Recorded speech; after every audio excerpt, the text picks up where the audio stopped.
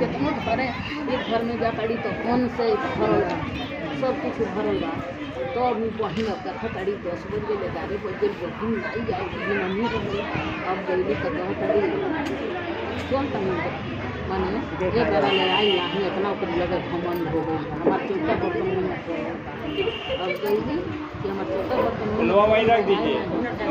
जब जा रही तब हमारी नानी से मैंने भरा भरा है वो बढ़िया माहौल हो गया तो ये करे हाँ तो का कर शादी बताइएगा धीरे धीरे कहले हैं बाहर निकल गया वही से हाँ मैदान के लिए है हमारा ये आएगी कहिए आएगी अब लगली बहन की नमी बहनी मनावे अब उहे ले जो बन उहे उनकी करवा अगली साल हाँ अगली साल होगा है और सब महीना कहिए बेटी तो बिहार ऐसा में पहले के पूरा घर भर के है इतनी मैंने पासा उधर सब फिर भगवान दे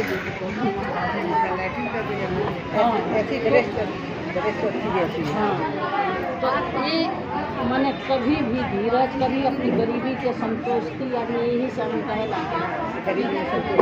संतुष्टि करना चाहिए। आज वो अमीर है किसी को अपमान भी गरीब लोग के नहीं करें आज बुरा है कल नहीं रहेगा लक्ष्मी किसी के घर से थोड़ी किसी के लिए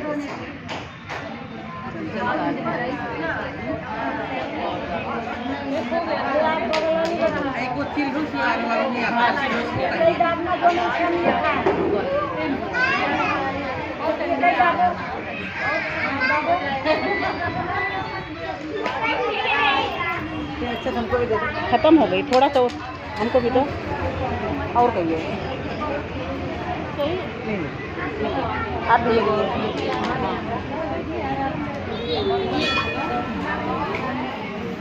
रमणी उनका लड़का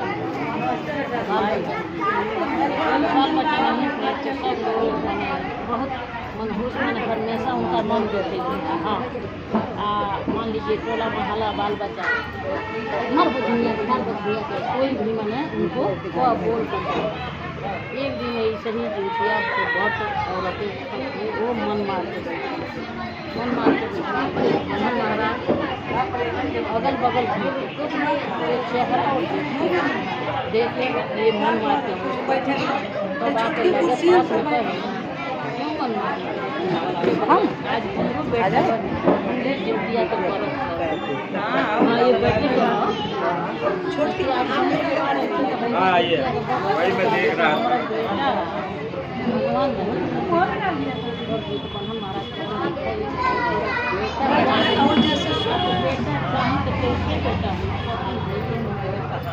हे आई इसको मम्मी हे आई इसको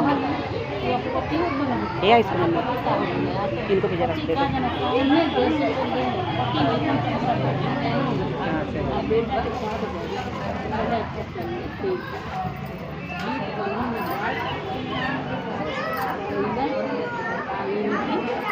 तेज तेज कहा अच्छा ठीक बा जैसे बर्तन उर्तन हुई कहाँ साग के बना के खाए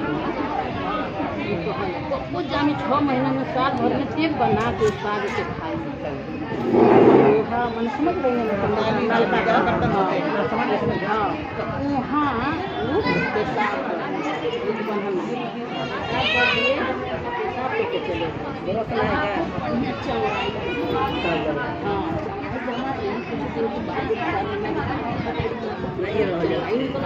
ट्रक हमारे लिए वाला नहीं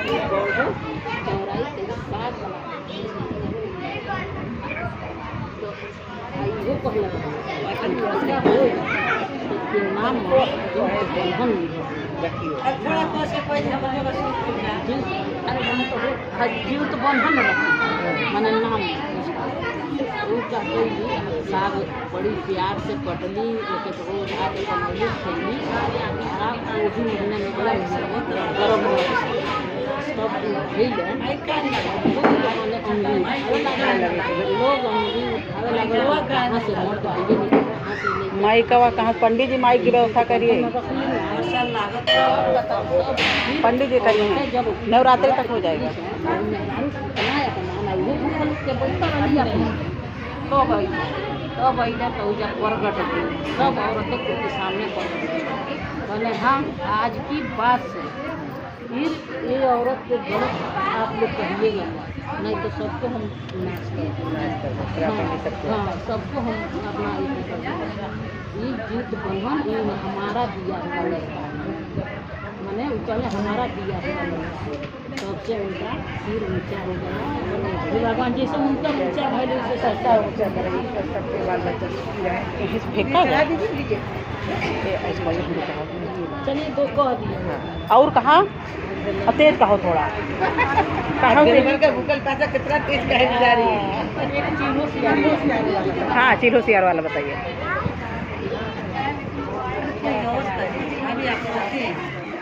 आपको आता है तो कहिए ना। तो चिल्हो कहता चिलो हाँ हमरो हो पहले चिलो से कॉल जाला हाँ हमरो हो कहले ठीक है मम्मी चिलो कहले हाँ ठीक है उनका खातिर तो सब मने छोटा छोटा बना दीजिए लागेला पूरा छोटा सब हमरो रहा है अभी क्या करेंगे उधर से मांग में बनी है आई लगली हाड़ चबाए है ना हाड़ चबाए महाराज भी कर ये कोना वाला मकान मैंने बहुत गलती हो गई सामने तो वही जूत बंधन तो वही हाड़ पूरा कहने कहाँ बाड़ू निकल आ तो अपनी मानी में मानी आ तो अरे निकल है तो ले आई तो जब निकल ताड़ी तो सब खैला रहे चारों ओर रखा तो घूमता और गीत करते थे बहुत मनहूस होकर बैठ गए गीत बनन महाराज अइले वो दुआ शराब पी के जा तहरा ये मने खाओगे हाँ खाओगे एथी होला उतना एथी तू माने सियारी के जन्म करी है उनका महाराज बहुत कोई पर सत्य तो है हाँ सब तो है सत्य नहीं तो अब मान लीजिए पहले सीताराम का ये हुआ है चाहे कृष्ण भगवान का हुआ है तो एक बार सब लोग गुण गाते हैं तो उसी तरह से उनका भी अवतारी है ना हाँ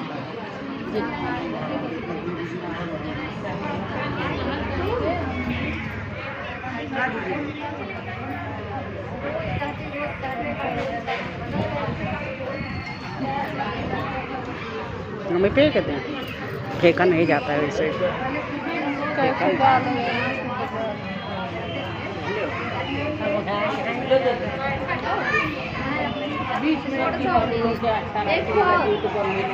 और कहिए और कहिए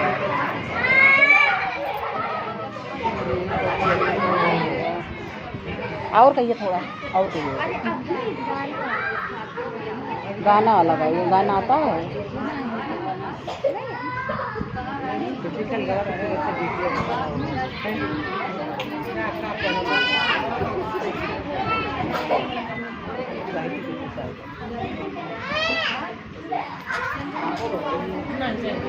सुनाई नहीं दे रहा बुक आप लिए हैं पीछे से बुक लिए हैं कथा वाला पढ़िए पढ़िए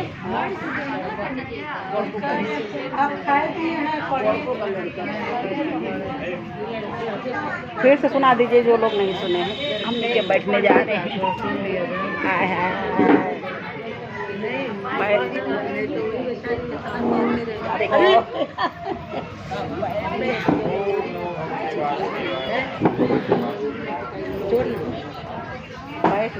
एक बात नैनीताल के निवासी ने संसार के कल्याणार्थ सूत जी से पूछा, पंडित जी थोड़ा जोर से पढ़िएगा। इतने जोर से तो पढ़ रहे हैं। हाँ हाँ पढ़िए, ठीक है, सुनाई दे रहा है। नहीं नहीं, बस बस पढ़िए पढ़िए, ठीक है।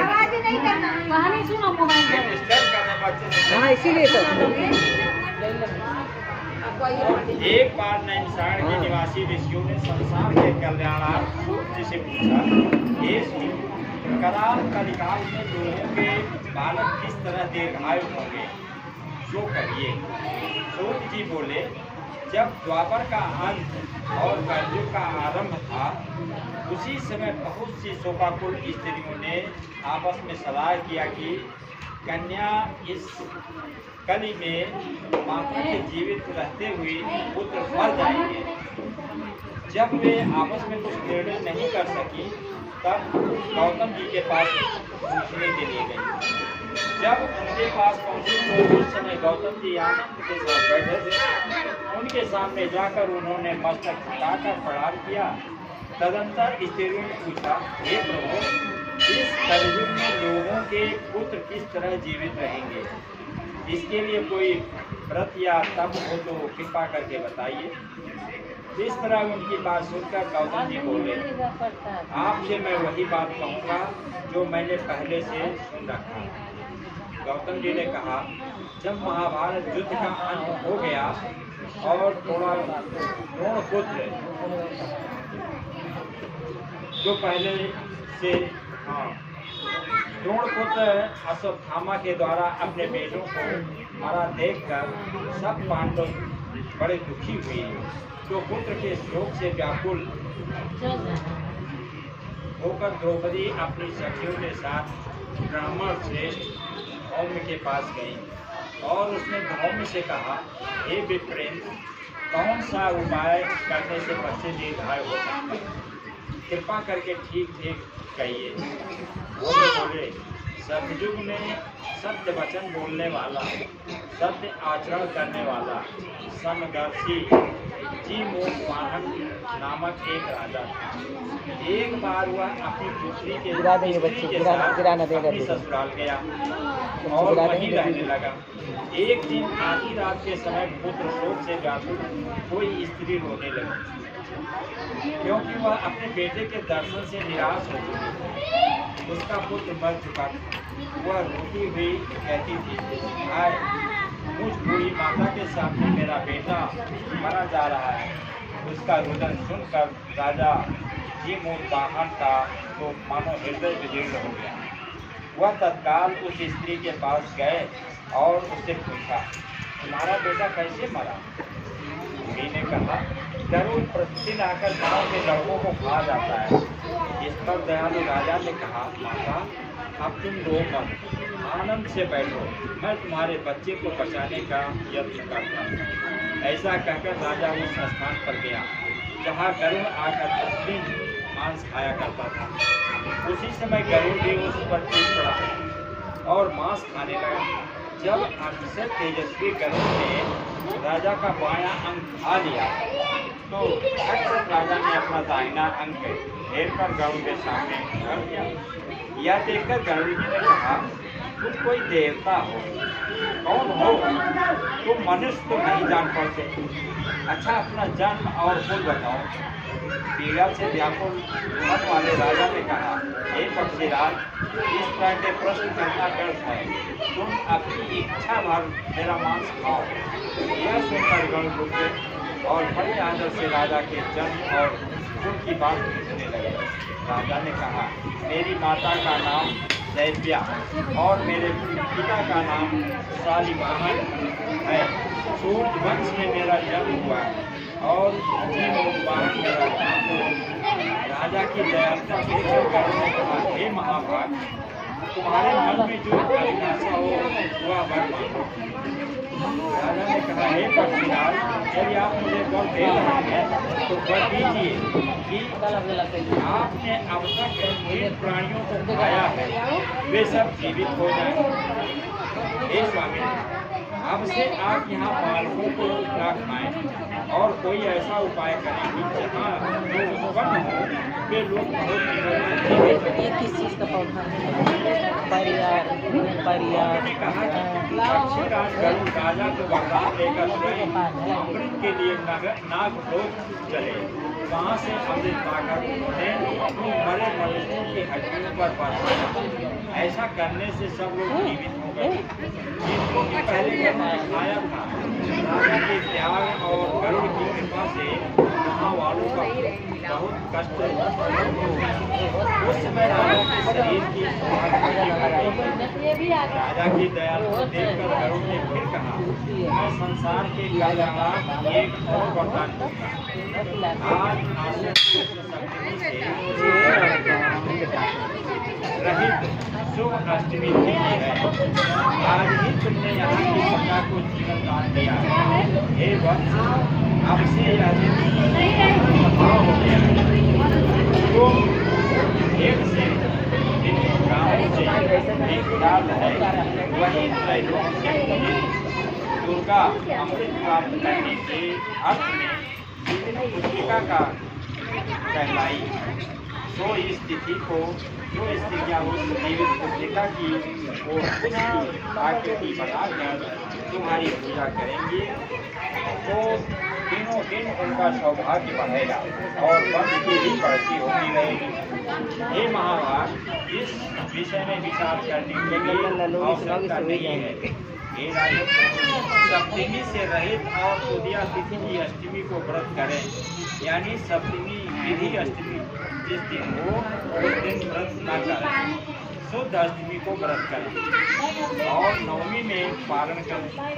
यदि इस पर ध्यान दिया गया तो नष्ट हो ही जाएगा और सौभाग्य तो अवश्य नष्ट हो जाएगा। जीवभूत वाहन को इस तरह का वरदान देकर गरुड़ बैकुंठ धाम को चले गए और राजा भी अपनी पत्नी के साथ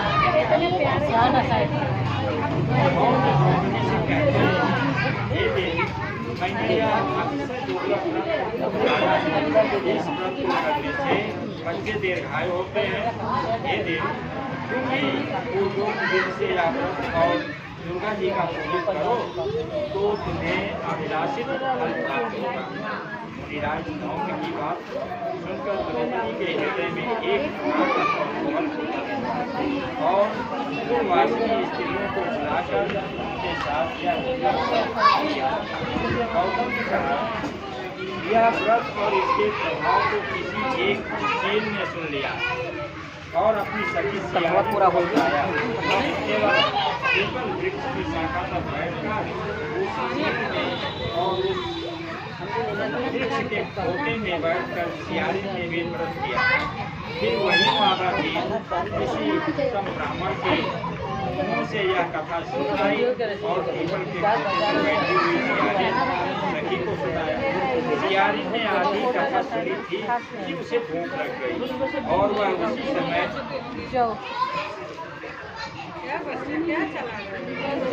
से भरे हुए शमशान में पहुंची।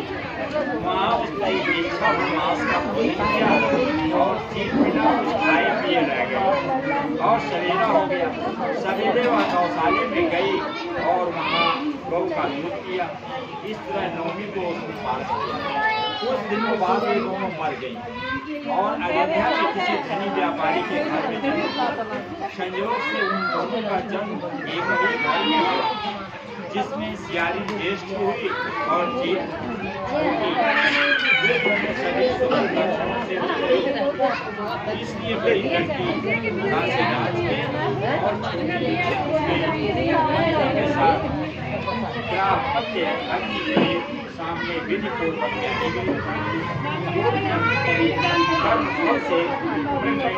हुई जिस किसी की भी संतान को उत्पन्न करती हुआ और पूर्वजन्म की बातों को स्मरण करने वाली मंत्री की पत्नी ने बेटे उत्पन्न किए और सभी जीवित रह गए। अपनी बहन के पुत्र को जीवित देखकर राजकमल ने अपने स्वामी से कहा कि यदि तुम मुझे जीवित रखना चाहते हो तो मंत्री के भी हमार बना किसी लो जगह भेज दो जहाँ मेरे बेटे जाना को पड़ेगा उधर चले यह सुनकर राजा ने उस मंत्री के पुत्र को मारने के लिए कई प्रकार ऐसे ही बना दो बढ़िया मैं नहीं मंत्री जाऊँगी। पत्नी ने जीवित पुस्तिका के छोटे फट से बचा लिया। एक दिन राजा ने अपने आदमियों से उन पुत्रों का सिर कटवाकर पिटारी में रखवाया और वह पिटारी की माता यानी मंत्री की पत्नी के पास भेज दिया। फिर वे आठों से बेशकीमती जवाहरात हो और भले चंगे हुए आठों लड़के अपने माता के पास वापस चले गए। उनको जीवित देखकर राजपत्नी को विस्मय हुआ।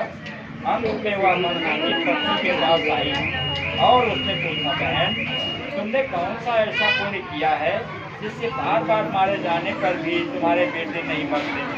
इस पर मंत्री की पत्नी ने कहा, वो जन्म में चीर थी और तुम सियारी थी। हमने और तुमने 7 साल जीवित पुस्तिका का व्रत किया था। तुमने व्रत के नियमों का अधिमान पालन नहीं किया और मैंने किया था। इसी दोष से ही बहन तुम्हारे बेटे नहीं देते हैं। वो राजा ने अब भी तुम उस जीवित पुस्तिका का व्रत करो तो तुम्हारे बेटे दीर्घायु होंगे। मैं तुमसे सच सच कह रही हूँ। रानी ने व्रत किया, तभी से उसके कई बेटे सुंदर और दीर्घायु होकर बड़े बड़े राजा हुए। सब प्रकार का आनंद देने संतान चाहती हो तो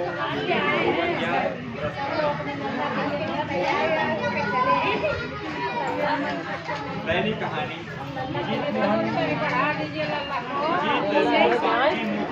नामक राजा अधिक दयावान तथा धर्मात्मा है।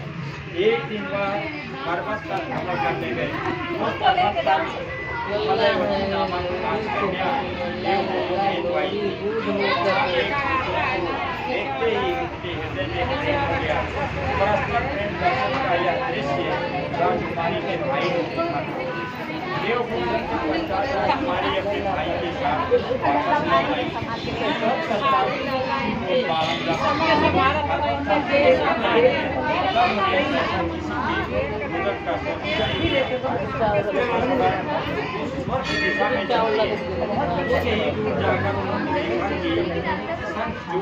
की माँ विलाप कर रही है। उन्होंने इससे विलाप का कारण पूछा।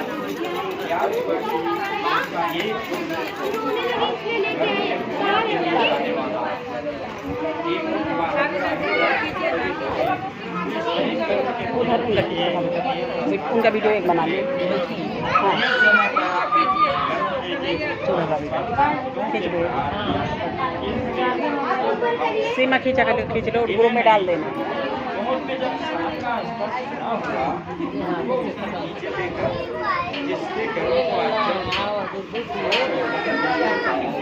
कान्हा तो देखो गल्ला कितना सुंदर पहने हैं। कान्हा का कितना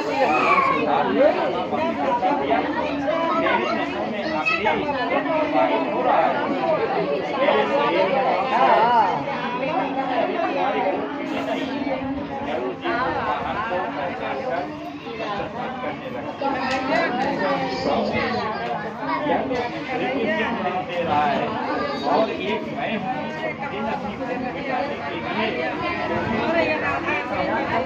बनाइए बनाइए करने बना लो ग्रुप डालने राजा ने कहा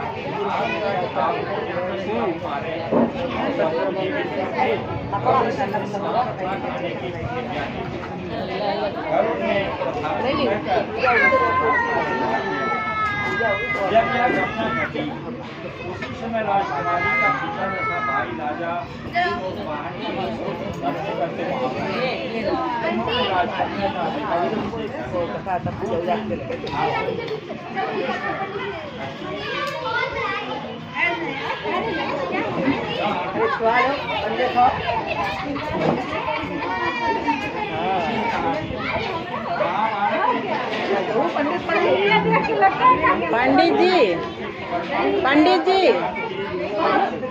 पंडित जी आरती करवा दीजिए, सब जा रही हैं।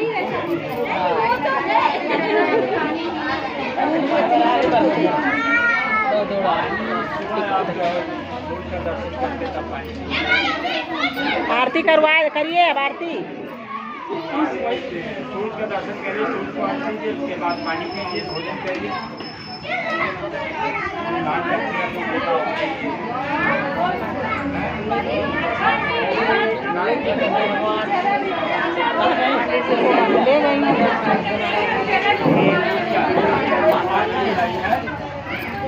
ले तो बनाई, ले गई क्या? ले लेना तो सबको खिला लेना। एक क्या करी? ऐसे